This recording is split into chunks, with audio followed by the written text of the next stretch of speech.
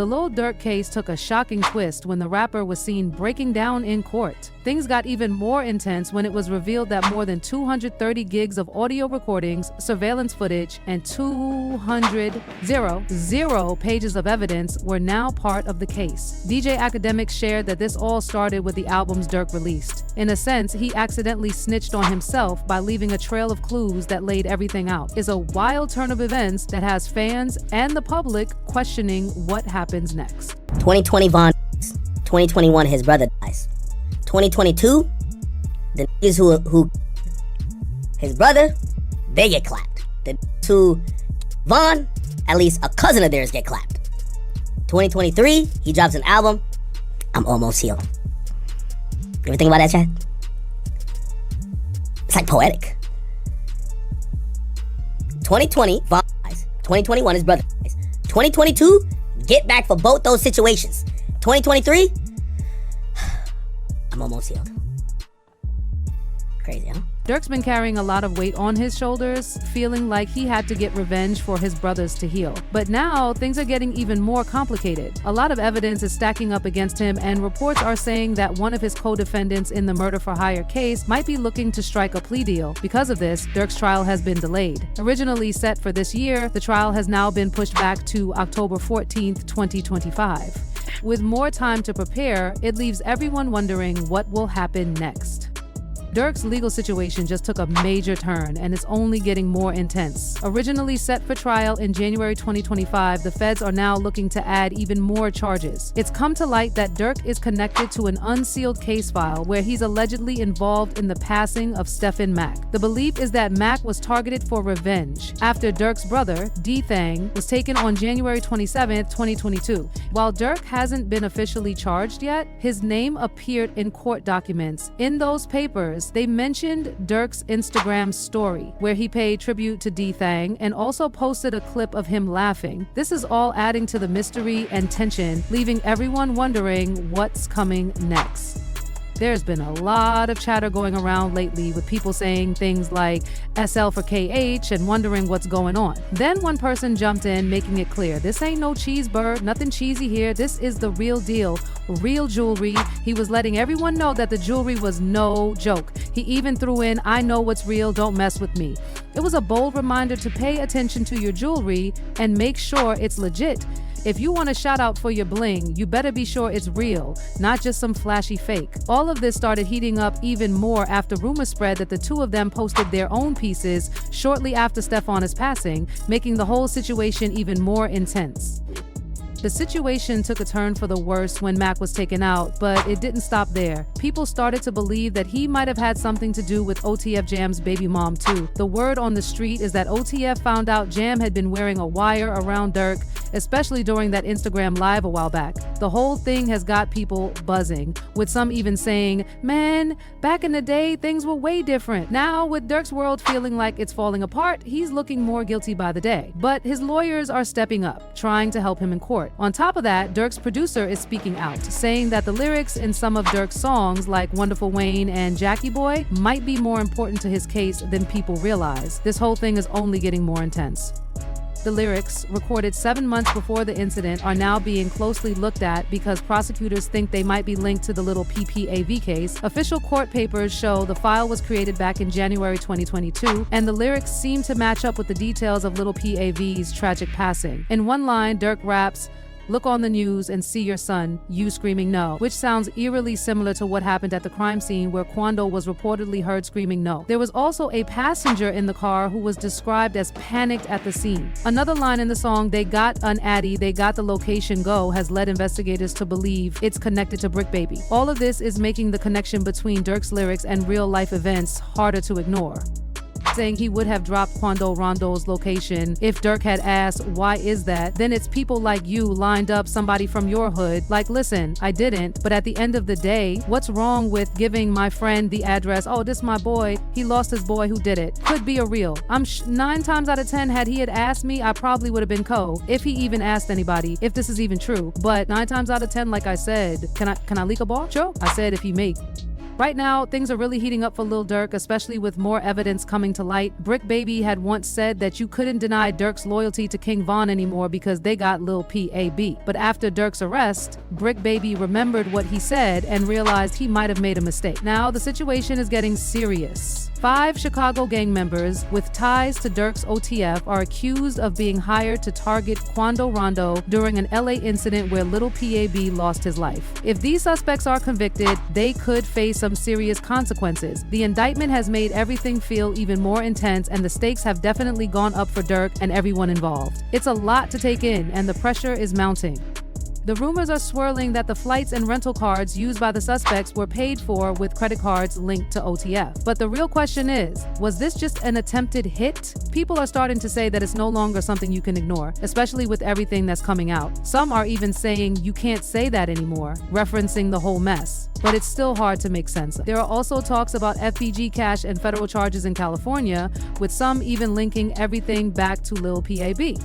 The big twist here is the evidence that's been uncovered. Apparently, King Von was hanging out with some of the people involved in Lil PAB's tragic loss. This connection is really making things more complicated, and it's starting to hit people just how deep the situation really goes. Things are getting more intense by the day, and everyone's watching closely to see how it all plays out.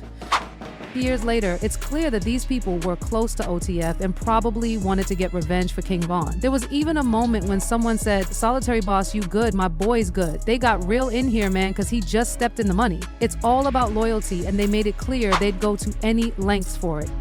But if Lil Durk didn't already have enough to stress about with his ongoing case, reports suggest his rivals might be trying to take him out. Sources are saying that Durk's sudden transfer to a different prison was due to problems in his cell block. Being a high-profile rapper, it seems like he became a target, with inmates eyeing his commissary and money. Now Durk is dealing with even more pressure: his case, threats from rivals, and the constant stress of being in the spotlight. Every step he takes seems to be getting more complicated, and the situation keeps getting more intense. The day after that report dropped, both Quando Rondo and Lil Tim sat down for interviews where they shared their side of the story. They both had a lot to say, but they focused a lot on Durk's federal case. Lil Tim admitted that the whole situation could have been avoided. He explained, "I was just protecting my little brother." When asked how he felt after finding out it was King Von who did it, he said, "I was like, damn, if BR didn't do that dumb stuff last night, he'd still be here. That's how I felt." But he quickly added, "I'm not the type of person to disrespect anyone, especially his mama. I could have gone out here clout chasing, but I'm not like that. I'm a humble person." It seemed like Lil Tim was reflecting on what could have been, and he wasn't about stirring up drama. Whoever on my side, they got kids and a mama that 100% love them. And at the end of the day, bro, all this bull that we talking about is stupid. That could have been handled a totally different way. It could have been handled to the point where a song and $3-4 million could have came out, or whatever. Like that could have got handled in a legit way, in a music way. Rumors have been spreading that Quando Rondo might be targeting Durk while he's in jail, using his own people to make a move. There's even talk about footage showing Jam recording plans to take on Quando Rondo's crew. Unfortunately for Durk, his recent transfer to a new cell block has put him in even worse conditions, making things much tougher for him. Then Jostin White stirred things up even more by saying that rappers like YNW Melly and Durk don't deserve special treatment. He straight up said, "I'm glad he's in jail getting mistreated. When you take a life, you have no right to complain about anything. You chose to take someone's life." This added even more pressure to Durk's already complicated situation, making his chances of getting out look even slimmer. Every move he makes is putting him deeper in trouble, and it's clear that things are only getting more intense. The risks are rising, and Durk's freedom seems further out of reach than ever before.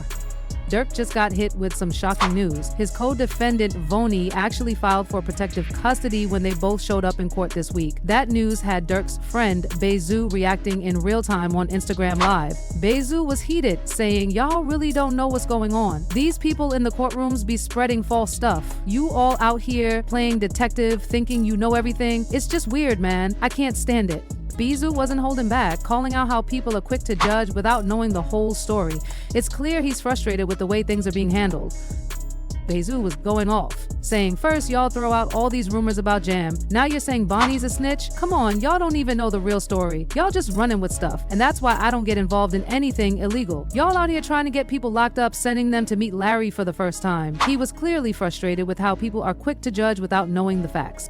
Then, DG Academics stepped up and shut down all the rumors, making it clear that Boney hasn't been involved in anything shady. The back and forth continues, but it's obvious this situation is getting way more complicated. So, who's telling the truth? Looks like we'll have to wait and see. When you see headlines like this, it makes you pause and think, wait, is this really happening? A report came out saying that Lil Durk found out his co-defendant, OTA Vonnie, who's also King Von's cousin, asked for protective custody when they were in court together. That's pretty shocking, right? It's definitely one of those moments that makes you go, what's going on here? And this is why we need discussions like this to talk about what's real and what's not. I'm not here to bash anyone or spread rumors, but I'll admit, sometimes we all get caught up in the hype. But my goal is always to stick to the facts, never spreading anything that isn't true. So let's keep it real and make sure we know the full story before jumping to conclusions. It's easy for people to jump to conclusions, especially when headlines sound more dramatic than the actual story. That's why it's important to dig deeper and really understand what's going on. Too often, people believe the gossip without checking the facts.